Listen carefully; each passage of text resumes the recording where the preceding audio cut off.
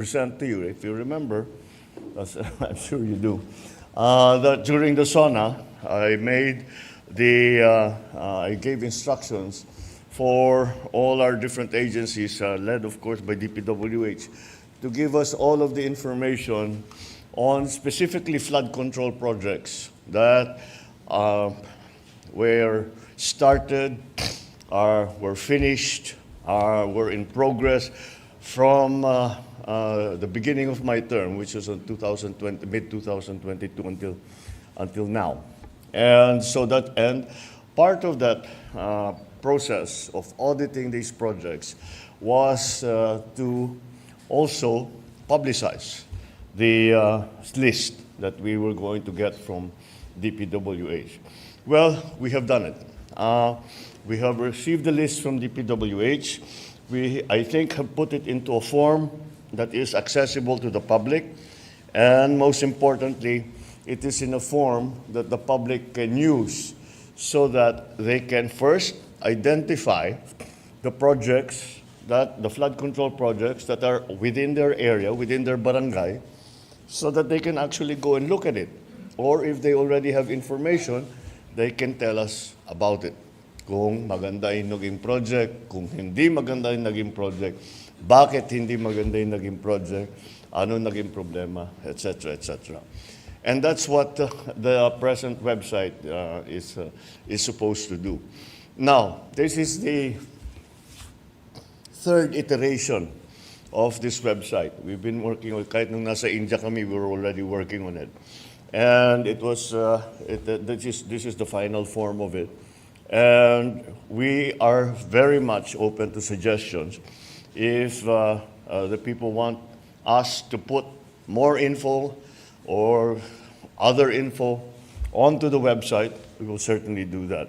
But to begin with, we have I think there will be a video later on to show very simply how the website is being used. I was asked if, again, this is something that everybody can use, and I'm confident that the way that we have done it is very accessible to people. Before we get to this point, can we do the video first? Can we hang on to this? Wait. Let's start from the beginning. Let's start from the beginning, please. Yeah, okay, let's do that. O sige, gawin na natin yan.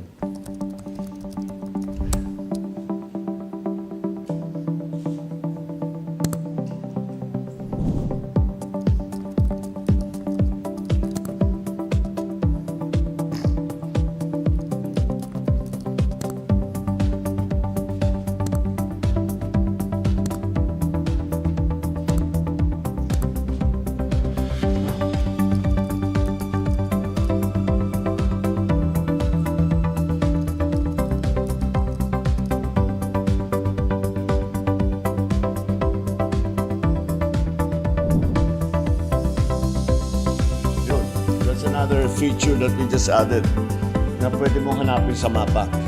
And then, beyond that, this is the street map. Pero maraming overlay yan. May overlay pa yan na satellite picture.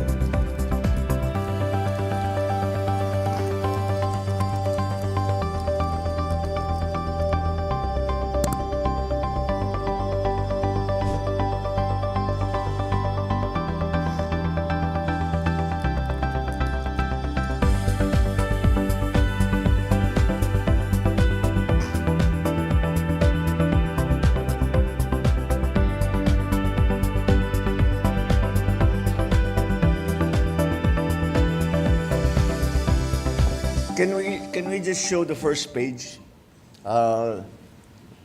Yung list of projects and then yung search. Well, that's the there. Okay, keep going up. All right.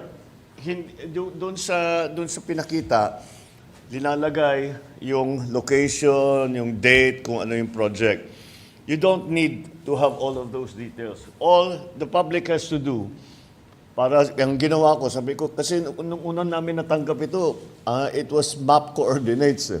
So sabi namin, hindi pwede. So we translated the map coordinates down to the barangay level. So, ang kailangan lang ipasok ng kahit sino, buksan yung website para makita, tiga barangay 1, 2, 3 ako. Tama, yun, ilagay lang, ayan, barangay Tabaco. And they can search all of the projects that are in their area. So kung alam na nila, pwede na sila magsabi maganda naman. Pwede sila magsabi hindi maganda ang naging project. And so those are we just try to keep it as simple as possible so that people can just put yan lang naman basta barangay lang, tama na yun. Kasi yung isa may listahan pa where, when, that's not necessary. If alam ninyo, di gamitin nyo. Pero kung hindi necessary na ganun, ito na lang. Basta lagay nyo yung barangay ninyo at lalabas na lahat ng flood control project. Maybe there are certain already initial findings that we have made during the ongoing investigation that we have initiated since the SONA.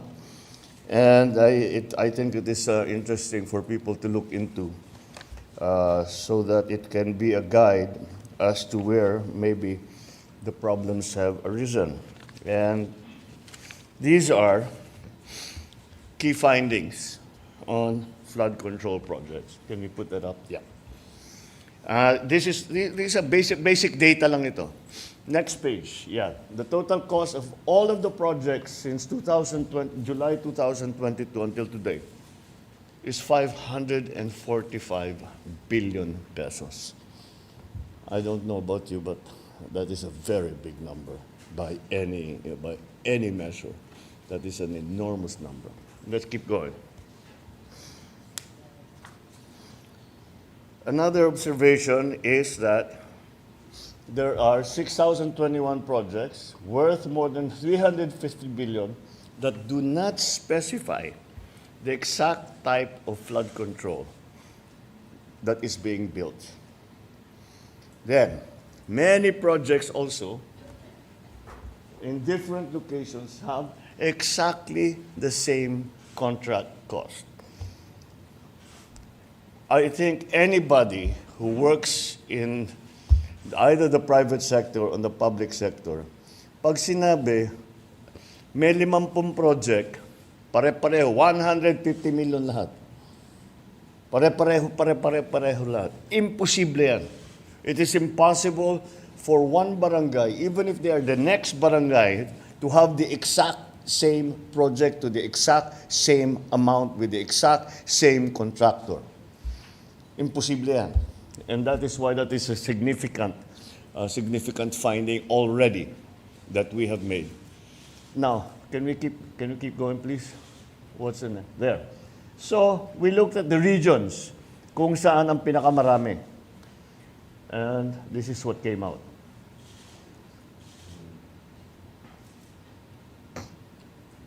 So, that's something that we have to dig deeper into. Parang yung NCR, that makes sense. Kasi talaga, yung flood problem nandyan. Pero titignan pa natin yan.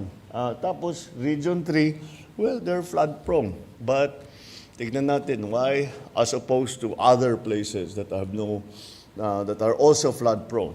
Okay, next. Here, I think you can analyze this for yourself. I don't need to explain this. These are the provinces with the most projects. And at the same time, here's a list of the top 10 provinces that are most flood prone, that have been assessed to be the most flood prone. I think you will notice they don't necessarily match. This side and that side don't necessarily match. Now, I'm sure there are explanations for that. We will have to study it further. But you would intuitively say that projects, the areas rather, the provinces or regions, whatever you want to do, whatever pinaka-flood prone, yun dapat ang pinakamaraming project. Pero parang hindi tumutugma. Kaya yan, kailangan natin pag-aralan na mabuti kung bakit nagkaganyan. And, well, this is just another piece of information. Out of 170 pumping stations, that's the next one, yeah. Pumping stations, 157 were in Metro Manila.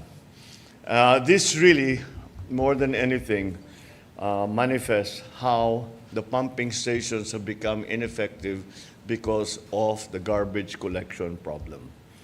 So that's indicative of that. Kaya namin linagay yan dyan. Kaya dahil para malaman ng tao, gawa tayo ng gawa nitong pumping station, pag yung basura naman ay natapon, nabara yung bomba, nabara yung estero, nabara lahat, kagaya yung pinuntahan natin nung last week. Wala ring silbi yung pumping station. And that's just to bring home the message that we really have to do something about the garbage problem. There are,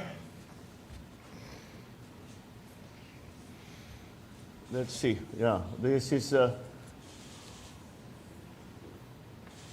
all over there are 2,409 contracting entities, which is understandable.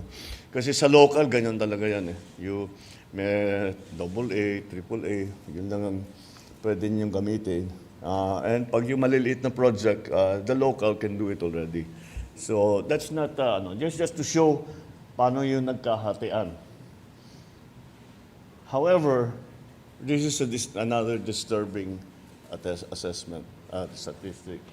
20% of the entire 545 billion budget napunta lang sa 15 na contractor.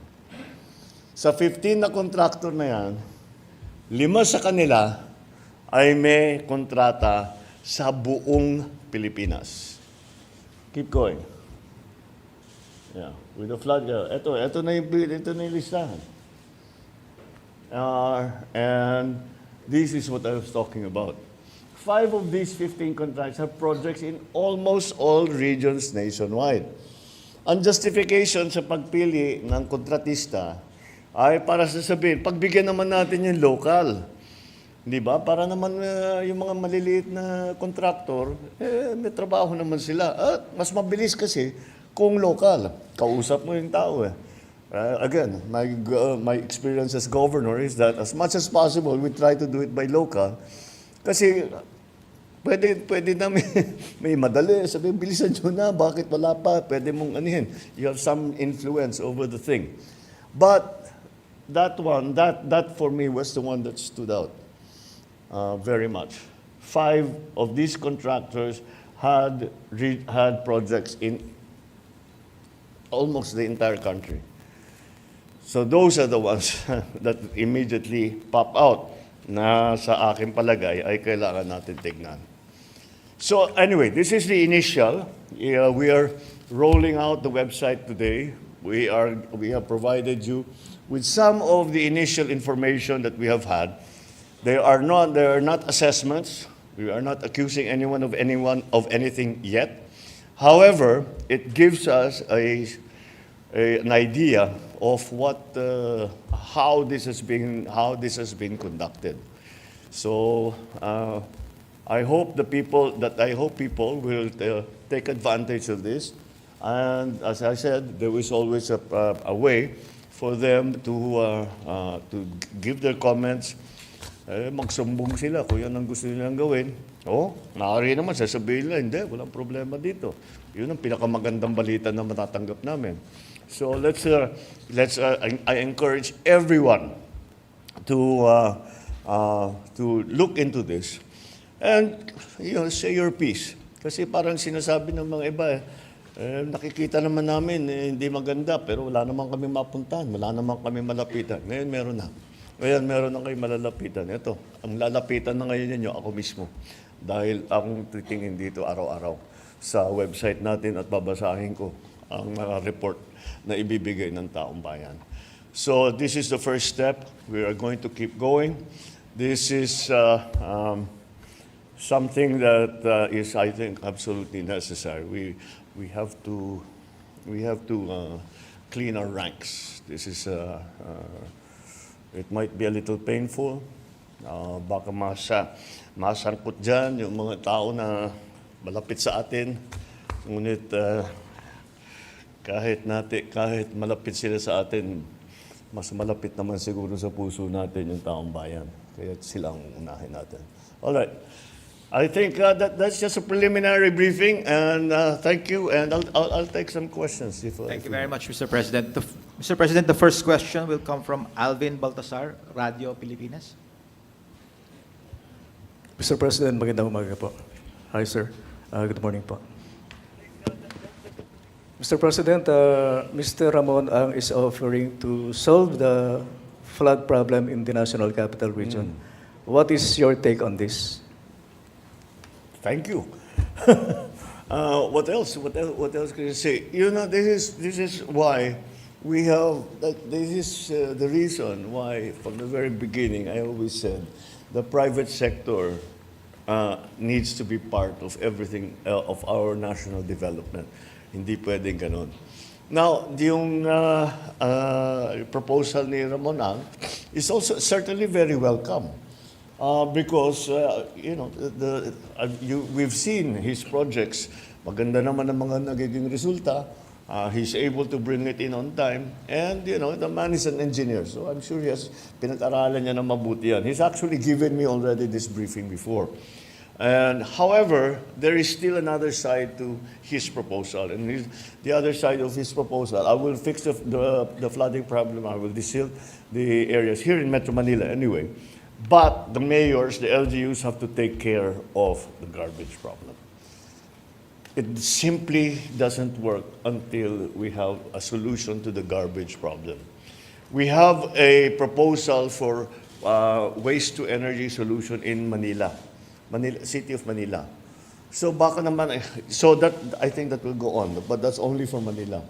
So, itutuloy natin, titingnan natin kung magandang lumabas doon. And if that's the case, then that's what we will do with other parts of, at least Metro Manila sa una or the other urban areas na nababaha.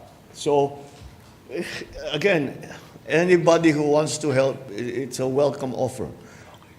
Yes. So, sir, just a quick follow-up. So, yung proposal po ni Senador Panfilo Lacson, na itap din yung ibang mga bilyonaryo sa bansa, welcome din po sa inyo yun.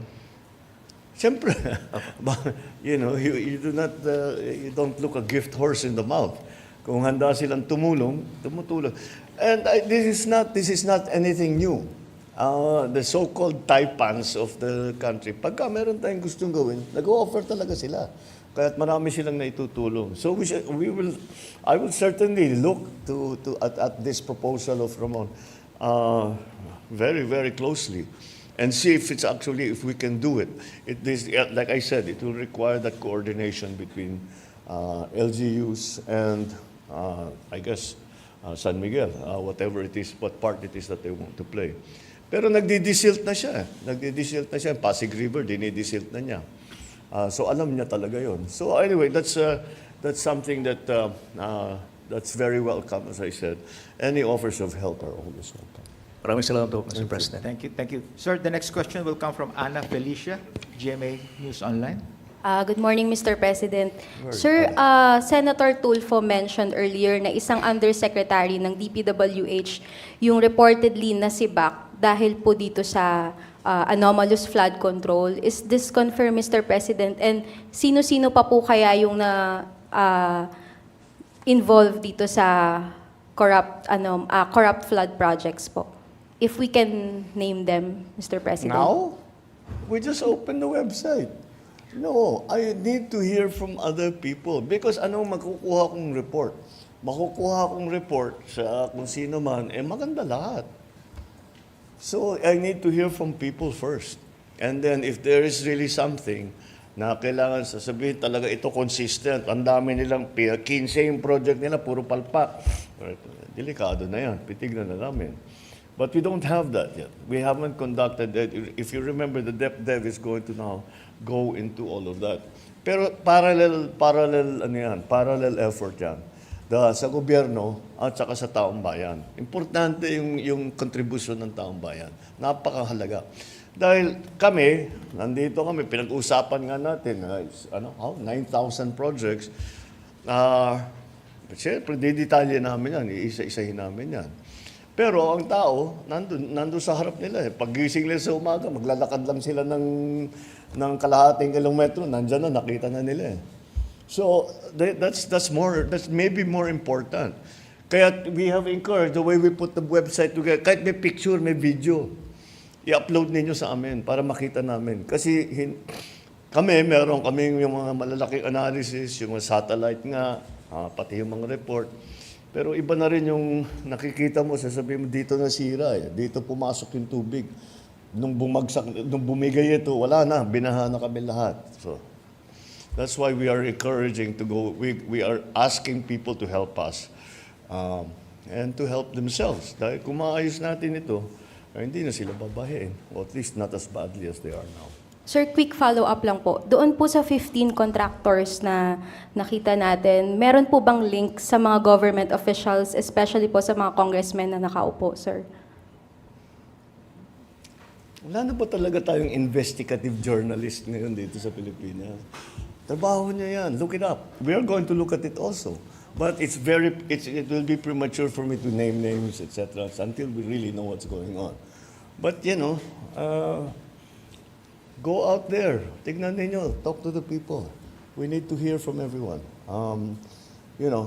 And that's I think something that we can all play a part in. I know that once this comes out, that kung ano-ano mga papasok na reklamo, kuminsan justified, kuminsan hindi, dahil may alitan for political or whatever. Natalo sa kontrata, the usual thing. But we'll still go through every single one, and we still have to see what really is credible, and what needs to be acted upon.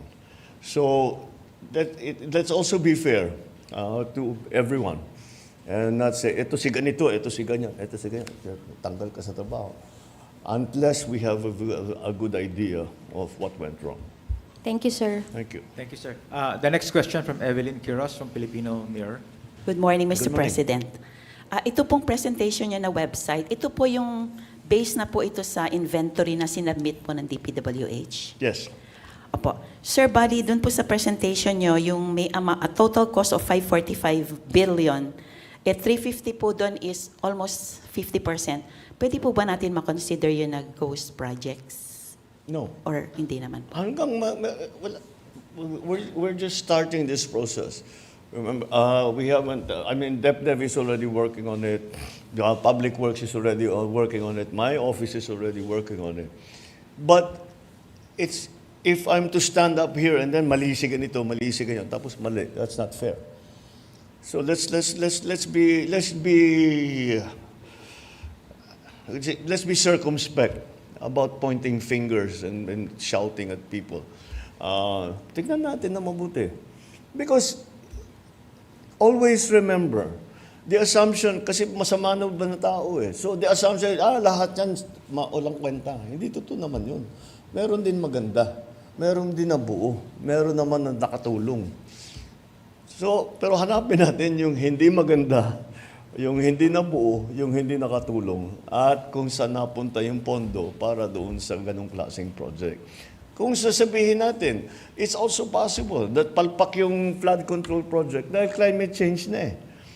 Sa buong kasaysayan ng lugar na yun, hindi pa binaha. Nangyayari sa amin yan eh. Hindi pa binaha. Ngayon lamang binaha dahil ganyan na yung climate change, na iba. Ang lakas ng bagsak ng ulan. So, kaya na-overwhelm yung flood control. Wala naman nagnakaw, pero yung specification natin doon sa flood control na yan ay para doon sa pre-climate change na sitwasyon.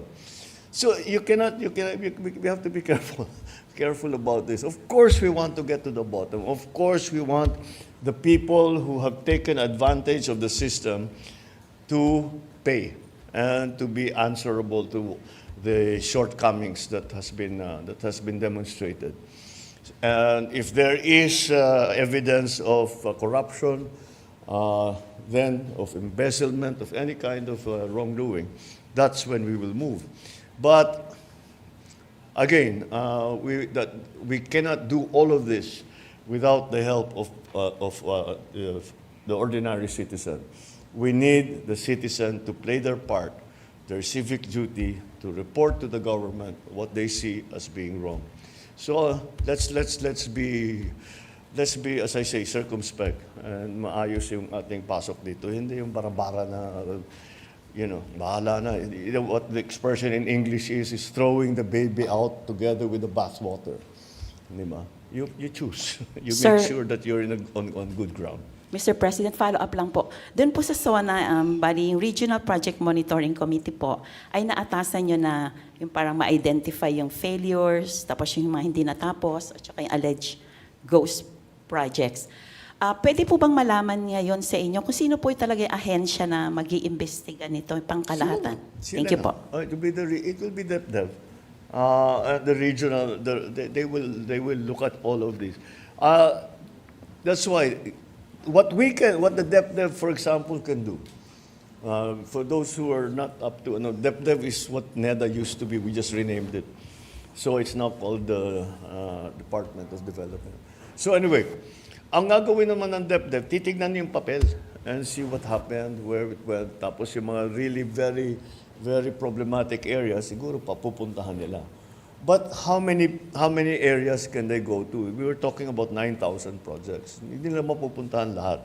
Kaya para sa akin, napakahalaga ang kontribusyon at ang mga komento, ang mga reklamo, ang mga video, mga picture na ipapadala sa atin ng taong bayan. This will not work. This whole process will not work unless people are involved. It is not going to be enough if only government is involved, if only DepDev is involved, if only Public Works is involved, if only the Office of the President is involved. We need everyone involved because, I don't know, 80 million, 90 million pairs of eyes are better than all the eyes in entirety of government. So, again, let me stress that it is exceedingly important that people get involved.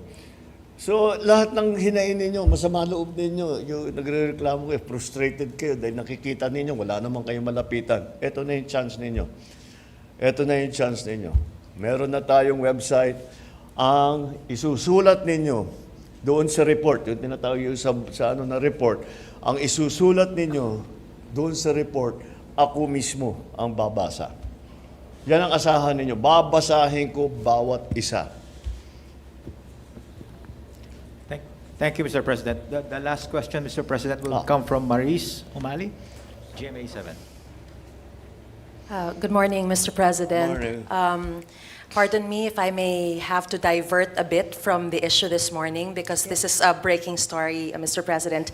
Two BFAR vessels in Bajo de Masinloc were just water cannoned today. Yeah. And there's a heavy flotilla of Chinese vessels, more than our vessels from the PCG and BFAR.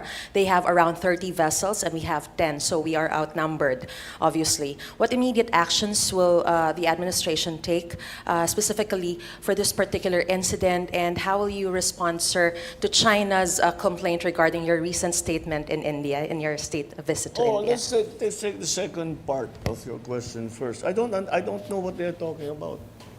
Playing with fire? I was just stating facts. We do not want to go to war. But I think if there is a war over Taiwan, we will be drawn. Hihilain tayo sa aya't gusto natin. Kicking and screaming. We will be drawn and dragged into that mess. Whatever you do, come on, wag na tayong hope. I love this saying, hope is not a plan. I hope it doesn't happen. I hope it doesn't. But if it does, we have to plan for it already. And that's what I was talking about. How do we get our people out? How do we protect kung magkagulo, gera na nga dito, malapit na sa atin, anong gagawin natin? Okay lang, normal lang yan, pababayaan na lang natin. Kung sino pasok labas dito sa atin. Hindi naman pwede yun. So we'll have to do something. So inevitably, despite our fervent wish to avoid any confrontation with anybody anywhere, war over Taiwan will drag the Philippines kicking and screaming into the conflict. That is what I was trying to say. That's what I don't understand. And I think because of the narrative coming out about playing with fire and being provocative and all of that, kaya nagka-increase ng activity doon sa West Philippine Sea. What special instructions I have? We don't have any special instructions. Sanay na tayo rito. You know, it is not a one thing na there's no silver bullet na pag pinaputok mo, solve lahat ang problema mo. What will happen here is we will continue to be present. We will continue to defend our territory. We will continue to exercise our sovereign rights. And despite any opposition from anyone, we will continue to do that, as we have done in the past 3 years. Now, we do not intensify our operations, we just respond. Hindi naman tayo aggressive eh. Ano lang tayo, dumidepensa lang tayo. So that's the situation there. Unfortunately, we are, I think, for propaganda purposes, misinterpreted. But the Philippines is not, we are constant in our defense of the territory, of the state, of the population of the Republic of the Philippines. Ganun lang ang trabaho namin. Ganun lang ang aming gagawin. Wala tayong interes na pasukin kahit sino, na puntahan na kahit sino, sugurin kahit sino. Wala tayong ka-interes dyan. Sana nga yung ginagastos natin for defense and security, hindi na kailangan kung saan natin magagamit yan. We can use it for agri, for housing. We can use it for job creation. We can use it. But we have to do this because we are under threat. We are forced to do this. We do not want to do this. We are forced to do this. We do not want any kind of confrontation with anyone. We want to build a better, stronger, freer, safer Philippines. That's what we are working for. This kind of confrontation does not build a stronger, better Philippines. All it does is continue to defend our country. So Sir, that's I'm a little bit perplexed why it would be characterized as such, as playing with fire. Sir, so right now, our vessels there in Bajo de Masinloc will not be instructed to back out. We will just continue to stay there We at have this never point. instructed any of our vessels All to right. back out. Thank you, sir. Never. But we have to always, when we do not back out because natakot tayo, umatras tayo. Alam mo, I don't know about other places, pero dito sa gobyernong ito, hindi tayo umaatras sa laban. We are brave. Filipinos are brave. But we do not. Sinong Pinoy na gusto magkagera? Sino? Kahit maghanap ka para sa akin, kahit isa. Kahit yung sundalo, kahit yung Coast Guard, ayaw nila ng gulo. So, no. But at the same time, we have a duty to perform. And that is to defend the country. So no, we never back down. We always continue to do. Our uniformed personnel, the Navy, the Coast Guard, the Army, the Marines, all of them, the Air Force, all of them are pledged. They took an oath. And they're just doing their duty, they're performing their mission, defend the Philippines. Yun lang naman ang ginagawa nila. And we will not stop doing it. We will not stop doing it. We will stop doing it when the threats stop. Tigil na yung mga threat, we can all sit more safely at home and mas magiging magaan ang kalooban natin kapag ganun ang sitwasyon. Okay? Thank you very much, Mr. President. All right, That maraming- concludes our press conference this morning. Thank you very much, ladies and gentlemen. Maraming salamat. Salamat, salamat. Thank you.